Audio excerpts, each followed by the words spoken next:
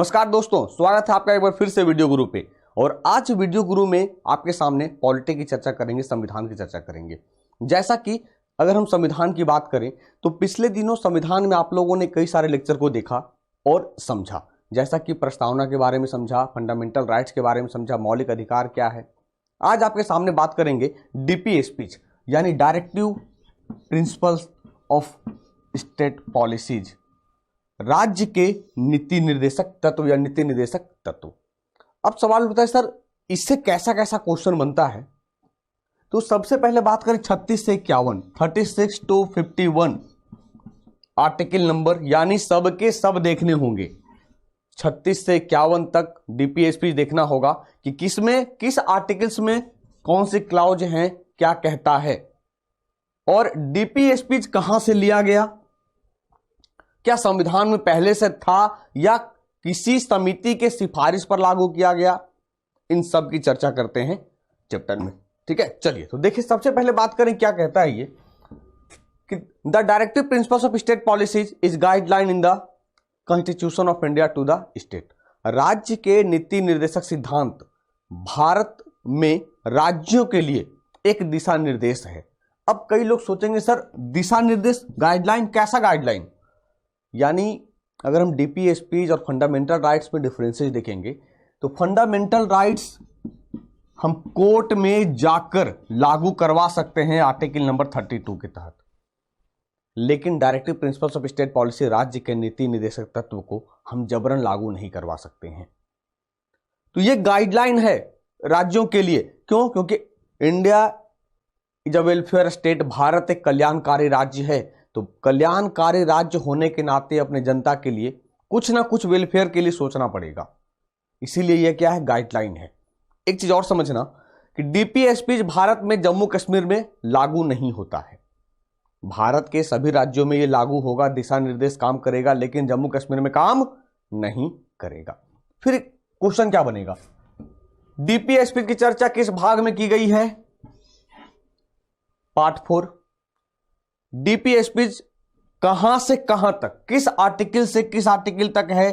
तो article 36 to 51, यानी directive principle of state policy की चर्चा भाग 4 में की गई है, जो अनुच्छेद 36 से लेकर 51 के बीच उल्लेखित है, परिकल्पित किया गया है।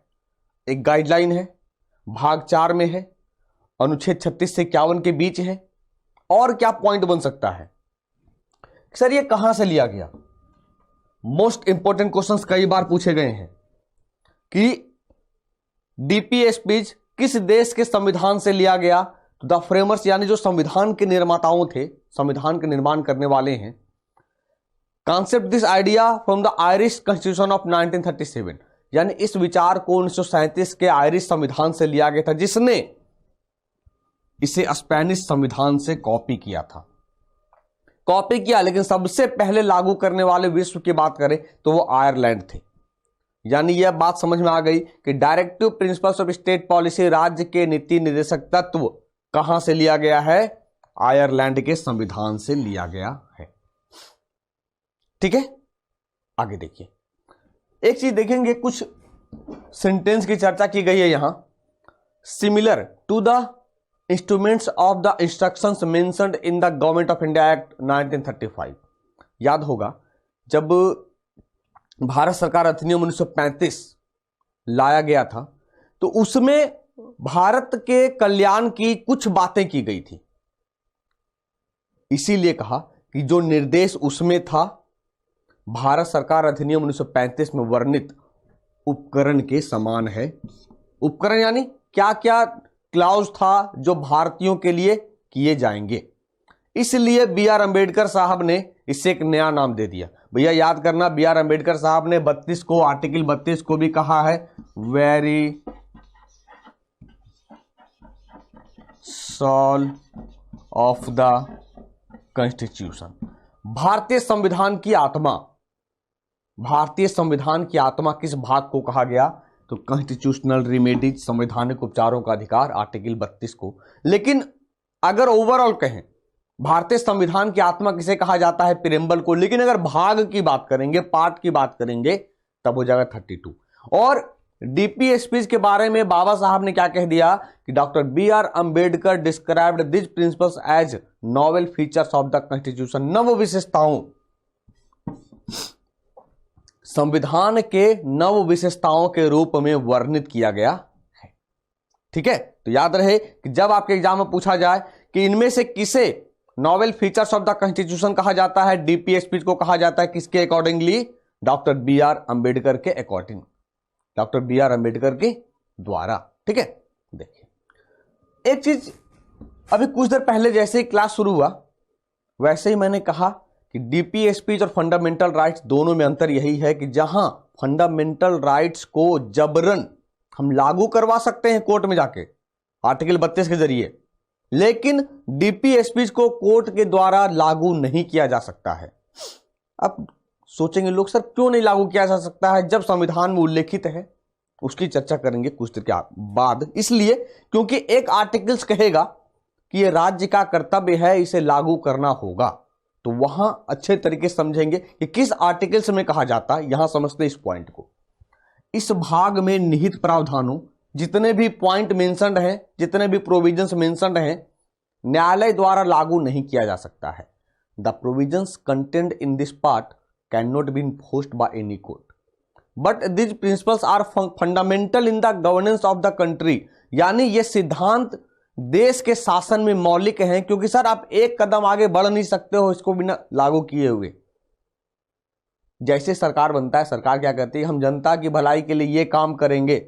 वही तो कहता है डीपी स्पीच, जनता की भलाई के लिए कोई काम करेंगे, यही तो डीपी स्पीच में है। वही कहा कि कानून बनाने में इन सिद्धांतों को लागू करना राज्य का कर्तव्य होगा। फॉर एग्जाम्पल, इलेक्शन आ गया, समझना, इलेक्शन आया और पार्टियों ने कह दिया कि इस बार मैं इलेक्शन जीतूंगा, तो 10+2 जो पास छात्राएं होंगी,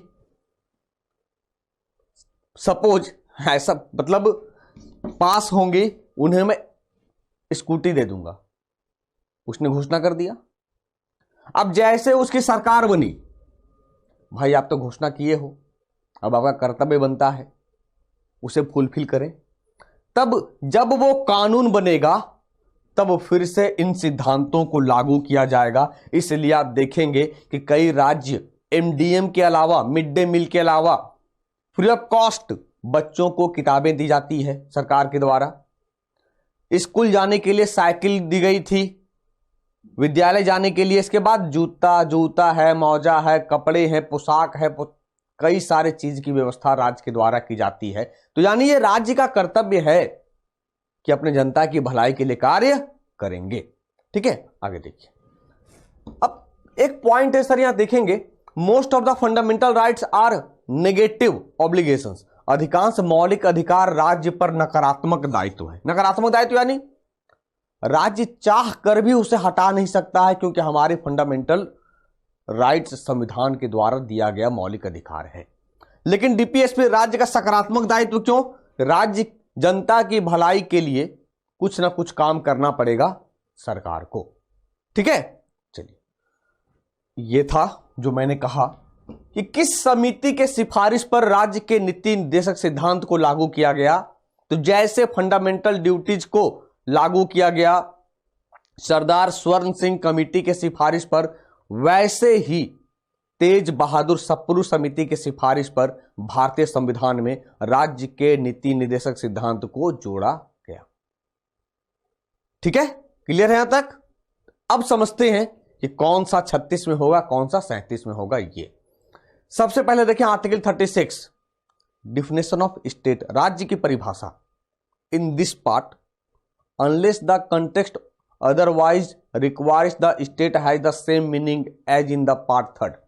यानी कहा इस भाग में जब संदर्भ अन्यथा आवश्यक ना हो, राज्य का अर्थ भाग 3 में उल्लेखित के समान है। अब सोचेंगे सर ये भाग 3 क्या कह रहा है, बातें कुछ पल्ले नहीं पड़ रहा है। भाग 3 मौलिक अधिकार, मौलिक अधिकार में अनुच्छेद 12 में जो उल्लेखित है बातें, वही बातें राज्य की जो परिभाषा है उसकी चर्चा की गई है। तो राज्य की परिभाषा क्या है? यानी कह सकते हैं कि कि राज्य भारत का जो राज्य कहें या भारत कहें एक कल्याणकारी राज्य वेलफेयर स्टेट है। तो देख ही लेते हैं आर्टिकल 12 क्या कहता है, तो और ज्यादा क्लियर होगा। देखिए आर्टिकल 12 की बात करें, कहा इस अनुच्छेद में कहा गया है कि राज्य का वही अर्थ होगा जो भाग 3 के अनुच्छेद 12 में है। अभी कुछ देर पहले कहा कि राज्य का वही अर्थ होगा जो भाग 3 के अनुच्छेद 12 में है, यानी वो राज्य कल्याण की बातें करेगा, सरकार कल्याण की बातें करेंगी। तो अनुच्छेद 12 में क्या है? अनुच्छेद 12 में राज्य को इस प्रकार परिभाषित किया गया है, राज्य के अंतर्गत चाहे वो भारत सरकार हो, संसद हो, राज्यों में से प्रत्येक राज्य की सरकार हो, विधानमंडल हो, तथा भारत के टेरिटरी, इंडियन टेरिटरी कहें, राज्य क्षेत्र के भीतर या भारत सरकार के नियंत्रण के अधीन सभी स्थानीय और अन्य प्राधिकारी आते हैं, सब कल्याण की बातें करेंगे, जनता के हित की बात करेंगे। यही कहा राज्य की परिभाषा आर्टिकल 36। समझ में आई? अब देखो 37 क्या कहता है। इस भाग में निहित सिद्धांतों का उपयोग, application to the principles content in this part.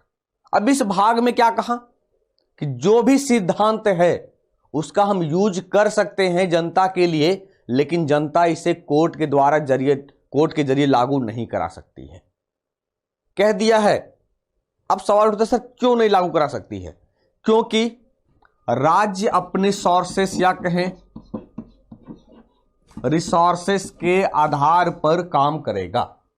For example, जैसे अगर हमारा पड़ोसी ऑडी लेके आता है तो हम भी अपने पिताजी से कहेंगे पिताजी हमें भी ऑडी चाहिए।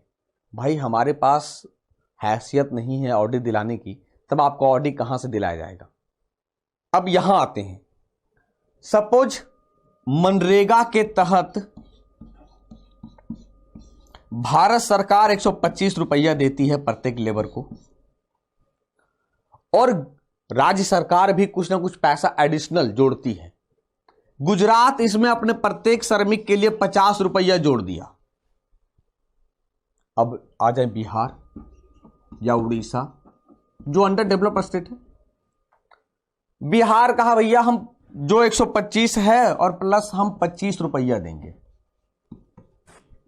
भाई वहां के जो श्रमिक हैं परेशान हैं, यार गुजरात 50 दे रहा आप 25 क्यों दोगे? चलो पटना हाई कोर्ट, नहीं जा सकते हैं। क्यों? वो अपने रिसोर्सेस के आधार पर काम करेगा। गुजरात सर विकसित है, वहां पे फैक्ट्रियां हैं, कई सारे हैं। बिहार में क्या है? कुछ नहीं है। तो देखो जो भी राज्य है या कहें कोई भी माँ बाप अपने बच्चे को दुखी नहीं देख सकता है, लेकिन सर अपने हैसियत के अंदर ही काम करेंगे। समझ रहे बातों को? इसलिए हम इसे कोर्ट के जरिए लागू नहीं करवा सकते हैं। यही कहा कि इस भाग में निहित प्रावधान किसी भी न्यायालय द्वारा लागू नहीं किए जाएंगे, लेकिन जिन सिद्धांतों को निर्धारित किया गया है वे देश के शासन में फिर भी मौलिक हैं और कानून बनाने में सिद्धांतों को लागू करना राज्य का कर्तव्य होगा कि अपनी जनता के लिए कुछ ना कुछ सोचे। अब यह समझ में आ गया कि क्यों लागू नहीं किया जा सकता है कोर्ट के जरिए। ठीक है, आगे देखिए article number 38, state to secure a social order for the promotion of the welfare of the people. राज्य लोक कल्याण की अभिवृद्धि के लिए सामाजिक व्यवस्था बनाएगा। एक ऐसा प्लेटफॉर्म तैयार करेंगे हम जो उस प्लेटफॉर्म पे रिचेस्ट, पुअरेस्ट, मिडिल कोई भी हो, सब एक समान सफर करेंगे। यानी राज्य प्रभावी रूप से लोगों के कल्याण को सुरक्षित और संरक्षित करके बढ़ावा देने का प्रयास करेगा, क्योंकि एक सामाजिक आदेश हो सकता है जिसमें राष्ट्रीय जीवन में लोगों को सभी संस्थानों में न्याय, सामाजिक, आर्थिक और राजनीतिक रूप से समान अवसर मिले। इसलिए कॉमन प्लेटफॉर्म पे लाने के लिए सरकार कुछ ना कुछ सुविधा मुहैया कराती है ताकि सब लोग एक समान, सबको एक समान मौका मिले। ठीक है, अब आ जाए 39 में सब देखेंगे तो ये कई बार जो एग्जाम में पूछा गया है, ये वाला पॉइंट पूछा गया, पूछोगे सर आपने पढ़ा ही नहीं, कैसे जब बता दिया ये वाला पॉइंट पूछा गया है। चर्चा करते हैं। Contents principles of policy to be the followed by the state. राज्य कुछ अनुसरणीय, कुछ विशेष नीति राज्य द्वारा, राज्य कुछ ऐसा पॉलिसी लाता है जिसके जरिए सभी एक समान नजर आते हैं राज्य के समक्ष। The right to adequate means of livelihood of for all citizens. सभी नागरिकों के लिए आजीविका के पर्याप्त साधनों का अधिकार। मान लीजिए जो पढ़े लिखे हैं, वैकेंसी निकलती है, आप नौकरी कर लेते हो। जो अनपढ़ है, पढ़े लिखे नहीं है, उनके लिए राज्य क्या करती है? मनरेगा लाया ना सर, मनरेगा लाया गया ताकि भैया आपको भी काम मिलेगा। लेकिन equal pay for equal work for main and women, पुरुषों और महिलाओं के लिए समान कार्य के लिए समान वेतन। अब देखो जैसे ही एसएससी की वैकेंसी आएगी, महिलाएं या पुरुष या गर्ल्स या बॉयज, क्या सैलरी कम मिलता है क्या लड़कियों को? नहीं ना। मेल को सैलरी कम मिलता है क्या? एक समान वेतन मिलेंगे, चाहे वो मेल हो या फीमेल हो। इससे क्या ये क्या बताता है कि सब एक समान हो गए, सब इक्विवेलेंट हो गए। ठीक है। और क्या क्लाउज होगा? श्रमिकों और बच्चों के जबरन दुर्व्यवहार के खिलाफ स्वास्थ्य और शक्ति का संरक्षण। यानी हम लेबर से जबरन काम नहीं करा सकते हैं, लेबर से जबरन काम नहीं करा सकते हैं। अगर आप वर्किंग आवर बढ़ाते हो उनके, तो सर कहीं ना कहीं हमें किसी ना किसी पॉइंट पर रिलीफ देना होगा, किसी ना किसी पॉइंट पर रिलीफ देना होगा। बच्चों के जबरन दुर्व्यवहार, बच्चों से हम मिसबिहेव नहीं कर सकते हैं। ठीक है, अरे बात समझ में? तो श्रमिकों, बच्चों के खिलाफ जो दुर्व्यवहार होता है तो उनके स्वास्थ्य को पर ध्यान दिया जाता है सरकार के द्वारा और उसे संरक्षित किया जाता है। अब 19A होता है, देखिएगा 19A डीपीएसपी में कई सारे अनुच्छेद में ए करके ऐड किया गया है। वो सारे के सारे 42वें संविधान संशोधन 1976 में जोड़ा गया है। इसलिए 42nd अमेंडमेंट को मिनी संविधान, मिनी कॉन्स्टिट्यूशन भी कहते हैं, यानी मिनी कॉन्स्टिट्यूशन कहते हैं। अब कहा क्या 1939A में? To promote equal justice and to provide free legal aid to the poor.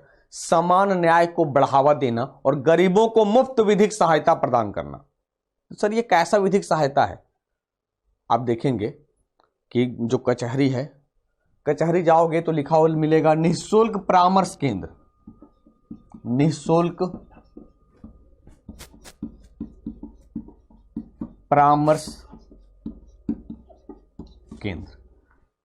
सरकार आपको फ्री ऑफ कॉस्ट सजेशन देती है, आप लो तो सही। अरे बात समझ में? तो समान न्याय को बढ़ावा देने के लिए और गरीबों को मुफ्त विधिक सहायता प्रदान करने की व्यवस्था की गई है राज्य सरकार के द्वारा या सरकार के द्वारा। आर्टिकल 39 में यह क्लॉज है संविधान में। जोड़ा कब गया? 42वें संविधान संशोधन 1976 में जोड़ा गया। अजय 40 मोस्ट इंपोर्टेंट मार्क करिएगा, कई बार आपके एग्जाम में पूछे जा चुके हैं ये। ग्राम पंचायतों का संगठन या कहें ग्राम पंचायतों का गठन।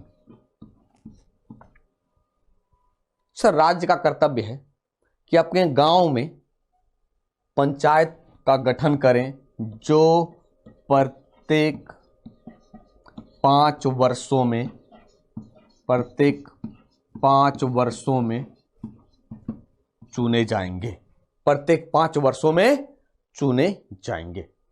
लेकिन अगर पंचायत की बात करेंगे तो पंचायती राज सिस्टम हम सारा कुछ अलग चर्चा है, यानी आप पंचायती राज के बारे में सब कुछ अलग मिलेगा। लेकिन इसमें कहा गया कि राज्य का यह कर्तव्य है कि प्रत्येक 5 वर्षों में ग्राम पंचायतों का संगठन करें, गठन करें, ताकि गांव का डेवलपमेंट अच्छे से किया जा सके। ठीक है, गांव का विकास किया जा सके। अब अजय 41 क्या कहा? Right to work, right to education and to public assistance in certain cases. Right to work यानी काम का अधिकार, कहां काम देते हो सर? मनरेगा,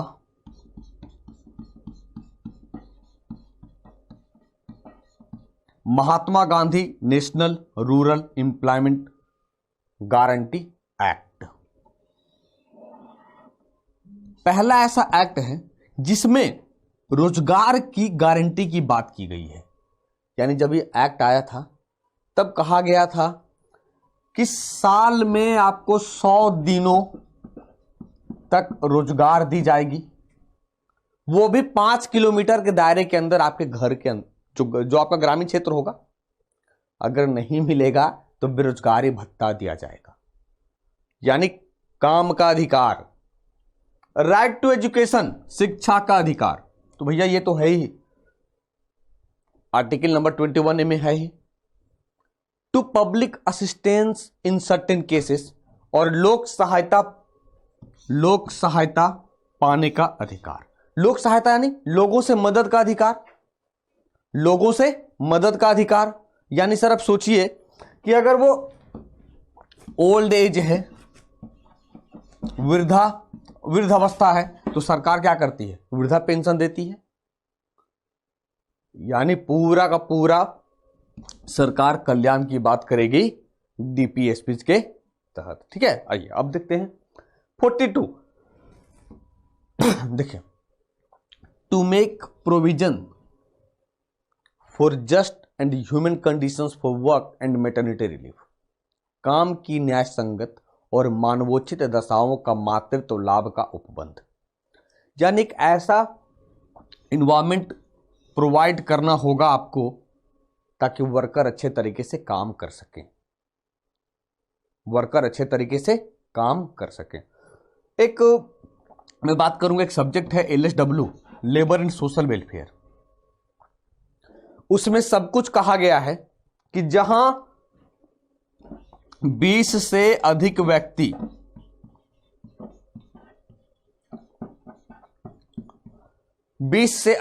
फैक्ट्री में काम करेंगे, सरकार को या फैक्ट्री मालिक को सब कुछ व्यवस्था करना होगा।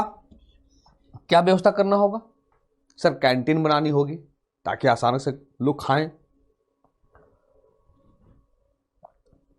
फिर आपको वॉशरूम की व्यवस्था करनी होगी जहां लोग फ्रेश वगैरह हों। यानी ऐसा एनवायरनमेंट प्रोवाइड करना होगा ताकि लेबर आसानी से वर्क कर सके। एक पॉइंट है सर, देखेंगे मातृत्व लाभ का उपबंध। यानी मैटरनिटी रिलीफ क्या है कि महिलाओं को गर्भावस्था में कुछ लाभ देना पड़ेगा। तो पहले सर 12 सप्ताह था, अब इसे बढ़ाकर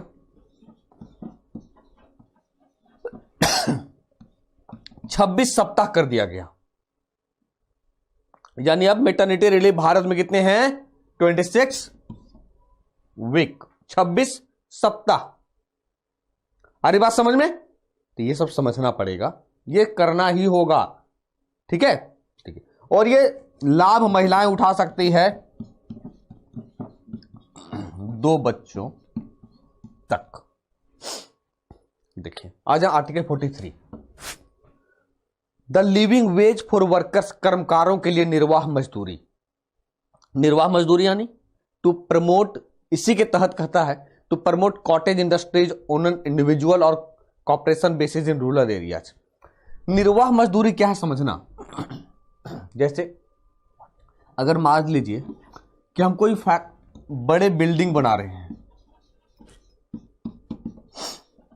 सर, ये बिल्डिंग का प्रोजेक्ट मान लो 4 वर्ष का है। हमारा बात हुआ है श्रमिक से, सपोज मान ले 250 रुपये पर डे। प्रोजेक्ट शुरू हुआ है 2019 में। क्या 2004 साल की बात कहें तो 2023 होगा, यही सैलरी लेंगे क्या? नहीं ना। तो उनको निर्वाह मजदूरी देना होगा, बढ़ाना पड़ेगा। ठीक है। कहा ग्रामीण क्षेत्रों में कॉटेज इंडस्ट्रीज, कुटीर उद्योग को बढ़ावा देना होगा। तो सर इसी के तहत आप देखेंगे कुटीर उद्योग जितने भी हैं, चाहे वो पापड़ उद्योग हो, अचार उद्योग हो, तो टोकरी बनाने की जो उद्योग हो, यानी छोटे छोटे जो उद्योग हैं, सरकार क्या करती है? प्रमोट करती है। सरकार क्या करती है? प्रमोट करती है, ताकि लोगों को काम मिल सके और गांव का डेवलपमेंट किया जा सके। ठीक है। 43A क्या कहा? जितने भी एक क्लाउज हैं सब के सब 42nd अमेंडमेंट से जोड़े गए थे 1976 to take steps to secure the participation of workers in the management of industries. उद्योगों के प्रबंधन में श्रमिकों की भागीदारी को सुरक्षित करने के लिए कदम उठाना। यानी अब पहले क्या होता था कि सर स्ट्राइक वगैरह खूब होता था, तो उससे बचने का उपाय किया गया कि मैनेजमेंट में भी अब जो लेबर हैं, श्रमिक हैं, उन्हें भी शामिल करिए भाई, तभी तो उनको भी पार्टिसिपेट कराइए, तभी तो वो भी समझेंगे कि हम इनके पार्ट हैं, हम इनके पार्ट हैं। ये भी क्लाउज जोड़ा गया 42वें संविधान संशोधन 1976 में। ठीक है। आ जाए आर्टिकल 44 अनुच्छेद 44। कई बार एग्जाम में पूछा जा चुका है कि uniform civil code for the citizen, या नागरिकों के लिए एक समान नागरिक संहिता की चर्चा किस अनुच्छेद में किया गया है? अनुच्छेद 44 में। The state shall endeavor to secure for the citizens a uniform civil code throughout the territory of India. राज्य नागरिकों के लिए भारत के पूरे क्षेत्र में एक समान नागरिक संहिता सुरक्षित करने का प्रयास करेगा। सर ये नागरिक संहिता है क्या? हम नहीं समझ में आता, बार बार भूल जाते हैं। सर दो कानून होता है, एक फौजदारी जिसको आपराधिक बोलते हैं, एक हो गया फौजदारी, और एक हो गया दीवानी जिसको सिविल बोलते हैं। सर जितने सारे धर्म हैं, सब धर्म में अपनी अपनी कुछ ना कुछ बातें हैं। जैसे हिंदू धर्म में आप एक से ज्यादा शादी नहीं कर सकते हो, लेकिन मुस्लिम धर्म में कर सकते हो। तब कहा धर्म की बातें अलग है, धर्म की बातें अलग है, और जो मतलब भारत का जो इंडियन पिनल कोड है आईपीसी, ये अलग है। भारत में क्रिमिनल लॉ और सिविल लॉ दोनों अलग अलग हैं। क्रिमिनल लॉ आपराधिक कानून, या जैसा कि अभी कहा फौजदारी कानून। फौजदारी कानून सबके लिए सर एक समान है। दीवानी कानून जो सिविल लॉ है अलग अलग है। मुस्लिम समुदाय के लिए बात करेंगे तो उनके लिए मुस्लिम पर्सनल लॉ बोर्ड है, और हिंदू कानून में हिंदू उत्तरा कानून और हिंदू विवाह कानून लागू है। भारत का एकमात्र राज्य गोवा, जहां पर समान नागरिक संहिता लागू किया गया है, जहां पर यूनिफॉर्म सिविल कोड लागू किया गया है। ये एग्जाम में पूछा जा चुका है, इसीलिए मैंने आपको यहां बता दिया। ठीक है। आज ये 45 आर्टिकल 45 की बात करेंगे। Provisions for free and compulsory education for children, बच्चों के लिए निःशुल्क और अनिवार्य शिक्षा का प्रावधान। तो सर ये मैंने पढ़ा था कहीं आर्टिकल 21A में। हाँ सर आपने सही पढ़ा था, वो फंडामेंटल राइट्स था। उसकी भी चर्चा करेंगे। पहले ये समझे, राज्य का कर्तव्य है कि अपने बच्चों को, अपने राज्य की जनता को हम फ्री ऑफ कॉस्ट एजुकेशन की व्यवस्था कराएं। तो इस आर्टिकल में कहा गया था 6 वर्ष से कम आयु के बच्चों को शिक्षा का प्रावधान। तो सर 6 वर्ष ही था ना, 6 वर्ष के बाद क्या होगा? तब इसके जगह पे कह दें हम, अब जब 86वें संविधान संशोधन 2002 में 86वें संविधान संशोधन 2002 में अनुच्छेद 45 के विषय वस्तु को बदल दिया गया। अब 0 से 6 के बदले 6 से 14 वर्ष कर दें तो वो ज्यादा बेटर है। और प्रारंभिक शिक्षा को अनुच्छेद 21 का के तहत एक मौलिक अधिकार बना दिया गया है। ठीक है, याद रहेगा कि 21 का के तहत ये क्या हो गया? फंडामेंटल राइट्स हो गया। Article 46 promotion of educational and economic interest of scheduled caste, scheduled tribes and other weaker sections. अनुसूचित जातियों, अनुसूचित जनजातियों और अन्य दुर्बल वर्गों के शैक्षिक और आर्थिक हितों का उपबंध। तो सर शैक्षिक और आर्थिक हितों का उपबंध यानी सर छात्रवृत्ति सुने हैं, स्कॉलरशिप,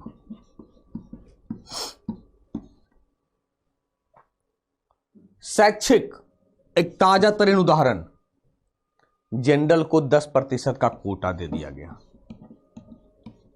वैसे जनरल जिनकी आय 8 लाख से पर एनम कम है, उन्हें भी 10% रिजर्वेशन दिया जाएगा। सबके बारे में सरकार सोच रही है। अनुसूचित जाति, अनुसूचित जनजाति, दुर्बल वर्ग था, सामान्य वर्ग भी शामिल हो जाएंगे। आ रही बात समझ में? तो अन्य दुर्बल वर्ग 27% रिजर्वेशन जो ओबीसी कहते हैं। तो शैक्षिक और आर्थिक हितों का उपबंध किया गया है। स्कॉलरशिप देती है सरकार आपको ताकि सब पढ़े सब बढ़े। अनुसूचित जाति, अनुसूचित जनजातियों की बात करेंगे तो सरकार जितनी भी वैकेंसी निकलती है, अब देखिए एनटीपीसी वैकेंसी आएगी, एसएससी आएगी, सब में इनको 5 वर्ष का लाभ मिलता है, ओबीसी को 3 वर्ष का लाभ मिलता है। और अगर बात करें तो क्यों? ताकि डेवलपमेंट किया जा सके इन सब का। 47 देखिए, the duty of the state to raise the level of nutrition and the standard of living and to improve public health. पोषाहार स्तर और जीवन स्तर को ऊंचा करने तथा लोक स्वास्थ्य को सुधार करने का राज्य का कर्तव्य है। सर इसे समझने का आसान तरीका है। कैसे? देखिएगा, टाइम टू टाइम जितने भी टीकाकरण चलता है, या ऐसे समझिए, आप सरकारी अस्पताल जाइए, सरकारी अस्पताल जाएंगे तो वहां free of cost medicine distribute किया जाता है। जब मच्छर ज्यादा हो जाता है, एग्जांपल देते हैं, फॉगिंग कराई जाती है सरकार के द्वारा, भाई स्थिति सुधार हो। और एक बेटर एग्जांपल, बिहार अपने राज्य से शराब पर प्रतिबंध लगा दिया, गुजरात पहले लगा चुका है। राज्य का यह कर्तव्य है कि मैं अपने जनता के जीवन स्तर को ऊंचा करने के लिए, उनके स्वास्थ्य को में सुधार के लिए हम शराब पर प्रतिबंध लगा सकते हैं। आ रही बात समझ में? यानी अनुच्छेद 47 क्या कहता है कि राज्य का यह ड्यूटी है, कर्तव्य है कि उनके जीवन स्तर को बेहतर कैसे किया जाए, राज्य सरकार सोचेगी। ठीक है? देखिए article 48 organisation of agriculture and animal husbandry, कृषि और पशुपालन का संगठन। सर एग्रीकल्चर वर्क को बढ़ाने के लिए एग्रीकल्चर लोन की व्यवस्था की जाती है, आसानी से लोन प्रोवाइड हो जाता है। किसान क्रेडिट कार्ड की व्यवस्था की गई है। पशुपालन के लिए आप देखेंगे कि राज्य सरकार या कोई सरकार कहे हम पशुपालन को बढ़ोतरी के लिए मुर्गी पालन या कुक्कुट पालन, मछली पालन, सुअर पालन, यानी ये सब जो है कैसे हमारा एनिमल हस्बेंड्री बढ़े, लोगों को रोजगार मिले, इन सब में लोन भी मिलता है और लोन में रिबेट भी मिलता है, छूट भी मिलता है। तो पूरा का पूरा राज्य सरकार प्रबंध करती है कृषि और पशुपालन के संगठन के लिए, उसके प्रमोट के लिए। ठीक है? अब ये 48A बहुत बढ़िया point, protection and improvement of environment and safeguarding of forest and wildlife, पर्यावरण का संरक्षण और सुधार तथा वनों एवं वन्य जीवों की सुरक्षा। राज्य पर्यावरण की रक्षा और सुधार करने तथा देश के जंगलों और वन्य जीवों की रक्षा करने का प्रयास करेगा। समझना सर, 1972 में इसीलिए wild life protection act, wild life protection act, वन्य जीव संरक्षण अधिनियम लाया गया। और तुरंत जैसे ही यह पास हुआ 1973 में प्रोजेक्ट टाइगर ले आया गया। प्रोजेक्ट टाइगर लाया गया। 1992 में प्रोजेक्ट एलिफेंट लाया गया। हाथी को विरासत पशु कहते हैं भारत में। क्यों? ताकि भैया संरक्षण किया जा सके। सर कभी कभी देखते हैं प्रोजेक्ट राज्य सरकार क्लियरेंस नहीं मिलता है, फॉरेस्ट डिपार्टमेंट से एनओसी नहीं मिलता है, जंगल की कटाई करोगे उसके बदले हमें भरपाई करनी पड़ेगी, कहीं ना कहीं जंगल की रोपाई करनी पड़ेगी। तो आर्टिकल 48A कहता है कि पर्यावरण की रक्षा और सुधार करने तथा देश के जंगलों और वन्य जीवों की रक्षा करने का प्रयास करेगा। क्या कहा था कि जितने भी ए हैं जोड़े गए हैं 1976 42nd अमेंडमेंट एक्ट से। तो ये देख रहे हो 72 में आ गया और 76 से ऐड कर दिया गया संविधान में। ठीक है, देखिए तो कब जोड़ा गया? अभी कुछ देर पहले कहा कि इसे भी 42nd अमेंडमेंट एक्ट 1976 से जोड़ा गया। तो ये याद रखना होगा, डीपीएसपी में जितने भी जो जोड़े गए आर्टिकल्स हैं वो 42nd अमेंडमेंट से जोड़े गए हैं। ठीक है, चलिए अब आ जाए 49, protection of monument places and objects of national importance, राष्ट्रीय महत्व के स्मारकों, स्थानों और वस्तुओं का संरक्षण। सर ये क्या है समझते हैं?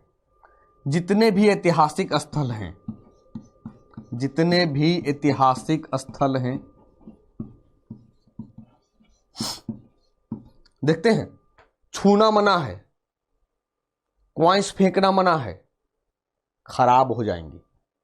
सरकार क्या करती है? संरक्षित करते हैं। इसलिए टिकट सिस्टम कर दिया जाता है ताकि उसका रख रखाव देखभाल अच्छे से हो।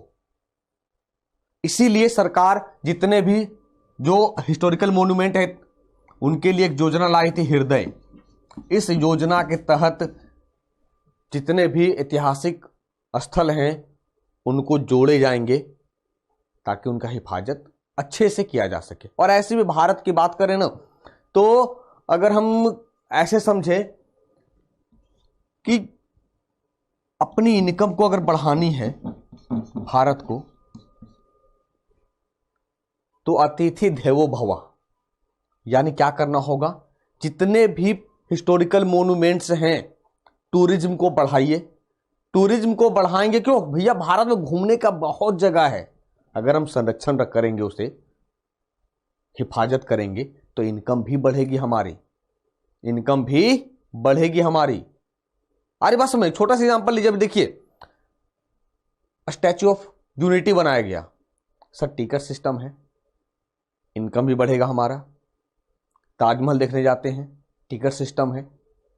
अब साथ ही साथ पता है आसपास का क्षेत्र भी डेवलप होता है। अब ताजमहल जाने के लिए और आगरा स्टेशन आने के लिए कम्युनिकेशन बढ़ गया। ताजमहल के आसपास लोगों की जो कुछ ना कुछ दुकानें तो लगेंगी, लोगों का कुछ ना कुछ तो इनकम बढ़ेगा। ठीक है, ये दूसरा पहलू मैंने बताया। ये पहलू क्या है? आर्टिकल 49 कि राष्ट्रीय महत्व के स्मारकों, स्थानों और वस्तुओं का संरक्षण किया जाएगा। ठीक है, चलिए अब देखिए आर्टिकल 50 अनुच्छेद 50, separation of judiciary from the executive, कार्यपालिका से न्यायपालिका का पृथक्करण। यानी अलग तीन चीज है, कार्यपालिका, न्यायपालिका, न्यायपालिका और विधायिका। तो क्या कहा? सर कार्यपालिका से न्यायपालिका का कोई कनेक्शन नहीं होगा, कर दीजिए। The state shall take steps to separate the judiciary from the executive in the public services of the state. राज्य न्यायपालिका को राज्य की सार्वजनिक सेवाओं में कार्यपालिका से अलग करने का कदम उठाएगा। यानी जो पब्लिक ड्यूटी है, न्यायपालिका सर बिल्कुल स्वतंत्र है भारत में, बिल्कुल स्वतंत्र, इसे शामिल नहीं किया जाएगा अनुच्छेद 50 के तहत। अब आ जाए 51। सर ये पीसीएस लेवल के क्वेश्चन है, कई बार पीसीएस में भी पूछा जा चुका है, पीएससी में भी पूछा जा चुका है कि भारत का वह कौन सा अनुच्छेद जो अंतर्राष्ट्रीय शांति और सुरक्षा की अभिवृद्धि करता है। Promotion of international peace and security, हमें अंतर्राष्ट्रीय शांति और सुरक्षा की अभिवृद्धि करनी होगी। देखते हैं, इसीलिए भारत का कर्तव्य है कि टाइम टू टाइम शांति सेना भेजा जाता है जहां डिमांड होता है। नेपाल में क्लाइमेटी आया, आपदा आया, भारत ने एकदम सेना भेज दिया। सर हम शांति के समर्थक हैं, तो अंतर्राष्ट्रीय शांति के लिए, सुरक्षा के लिए हम यूएनओ की बात करेंगे, वहां भी शामिल होते हैं। अरे बात समझ में? तो यानी अंतर्राष्ट्रीय शांति को बढ़ाने के लिए भारत हर संभव प्रयास करता है और भारत की जनता को भी करनी चाहिए। तो ये थे आपके DPSPs, directive principles of state policy, राज्य के नीति निर्देशक तत्व, पार्ट 4, अनुच्छेद 36 से 51 कहां से लिया गया? आयरलैंड से लिया गया। इसे न्यायालय के द्वारा जबरन लागू नहीं कराया जा सकता है। जम्मू कश्मीर में यह लागू नहीं होता है। क्लियर है? चलिए अब देखते हैं इसके बाद मौलिक कर्तव्य, फंडामेंटल ड्यूटी। इसको अब इसमें शामिल क्यों कर लिया पता है? क्योंकि जहां पार्ट 4 में DPSP है, पार्ट 4A में लगे हाथ फंडामेंटल ड्यूटीज है, इसीलिए हम इसे इसमें शामिल करके समझते हैं। ओरिजिनली यानी मूल संविधान में मौलिक कर्तव्य था ही नहीं। जब नहीं था तो क्यों लाया? भाई भारतीय होने के नाते कुछ ना कुछ कर्तव्य है, केवल लेना जानते हैं नहीं, देना भी तो होगा। जब संविधान ने हमें इतना सारा चीज दिया तो हम भी संविधान के प्रति थोड़ी वफादारी दिखाएं, और देश के नागरिक होने के नाते हमारा भी तो कुछ कर्तव्य है।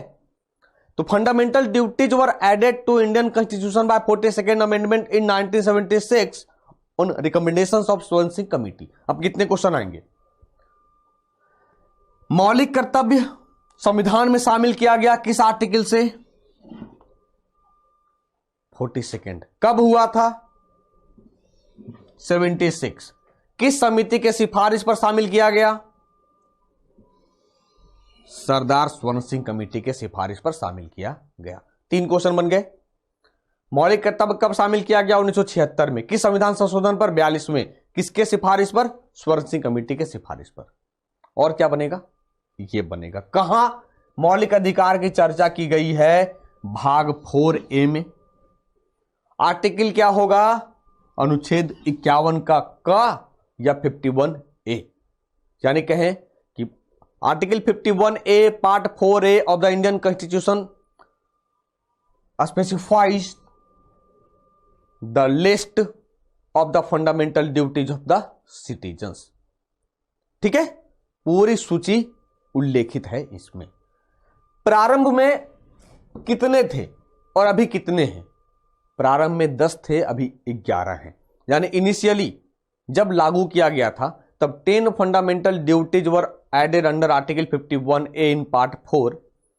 प्रारंभ में भाग 4 में अनुच्छेद 51 का के तहत 10 मौलिक कर्तव्यों को जोड़ा गया था। बाद में 86वें संविधान संशोधन 2002 के तहत 11वीं मौलिक कर्तव्य जोड़ा गया। ये क्या है सर? एक ऐसा अमेंडमेंट है जो 2 चीजों में शामिल है, 3 चीजों में कहें, फंडामेंटल राइट, फंडामेंटल ड्यूटीज और DPSPs। अब कहोगे कैसे?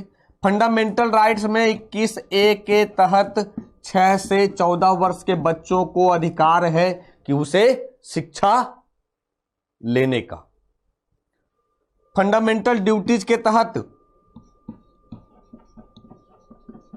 कहें माता पिता का यह कर्तव्य है कि अपने बच्चों को हम क्या करें?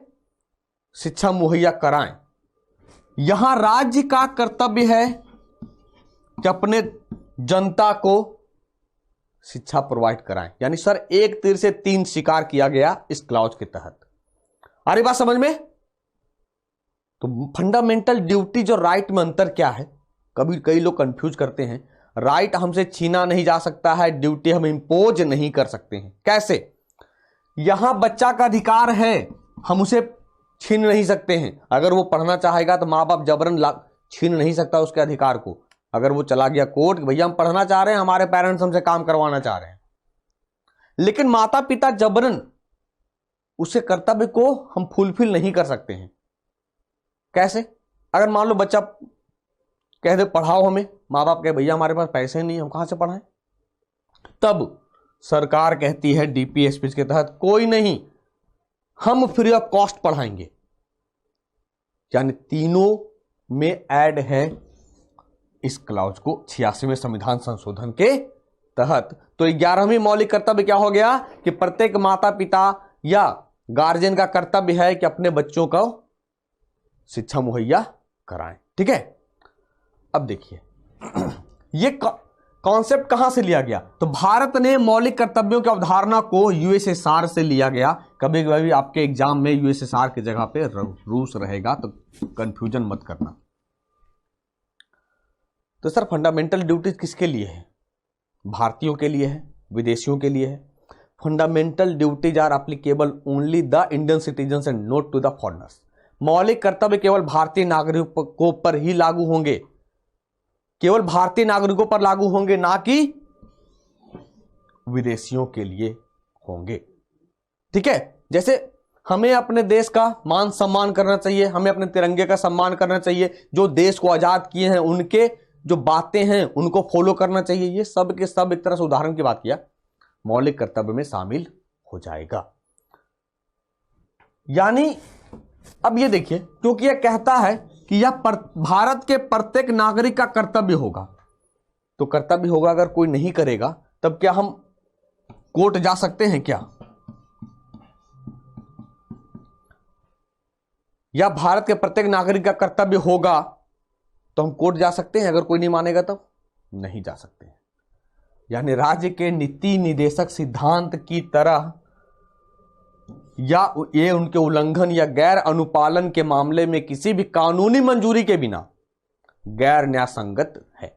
यानी like the directive principles of state policy there are non justifiable without any legal sanction in case of their violation और नॉन कंप्लायंस। अरे बात समझ में? यानी गैर न्याय संगत है, जब तक कानूनी मंजूरी नहीं मिलेगी तब तक हम उसे जबरन थोप नहीं सकते हैं। तो ये था फंडामेंटल ड्यूटीज। तो इस चैप्टर में हमने क्या देखा? फंडामेंटल ड्यूटीज और DPSP directive principles of state policy. तो यकीनन मैं आपको इस चैप्टर के जरिए समझा पाया। ठीक है, तो जब इसे दोबारा देखोगे तो कहें हम दोबारा अगर देखोगे तो और ज्यादा अच्छे तरीके से समझ में आएंगी। तो जब नेक्स्ट लेक्चर में मिलेंगे तब कुछ देखेंगे, फिर से पॉलिटी की बातें करेंगे। तब तक के लिए धन्यवाद।